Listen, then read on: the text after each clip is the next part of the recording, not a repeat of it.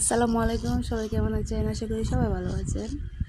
আজকে বাচ্চাদের জন্য ডিম দিয়ে অন্যরকম কিছু তৈরি করবো আর কি ভাবতেছি। তো দুটো ডিম প্রথমে সিদ্ধ দিয়েছিলাম, তারপরে আরও দুইটা দিয়ে দিলাম। এখন কাজু বাদাম, তারপরে কাঁচামরিচ, পেঁয়াজ, রসুন ওগুলোকে বেটে নিব শিলপাটায়।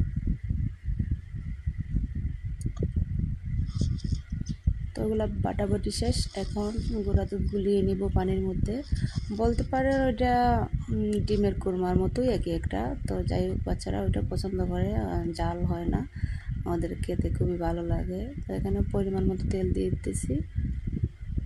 তো মশলার ফ্লেভারটা একটু চড়ালে এর মধ্যে দিয়ে দিব যে বাটা মশলাটা রেডি করে রাখছিলাম, ওইটা দিয়ে দিলাম।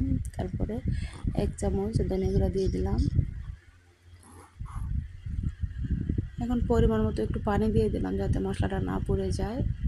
অল্প পরিমাণের গোলমরিচের গুঁড়া দিয়ে দিলাম চিটিয়ে। তারপরে দুধটা দিয়ে দিলাম, আর একটু স্বাদ বাড়ানোর জন্য চিনি দিয়ে দিলাম, আর দিয়ে দিলাম ঘি। তো এখন ডিমগুলো দিয়ে দিব।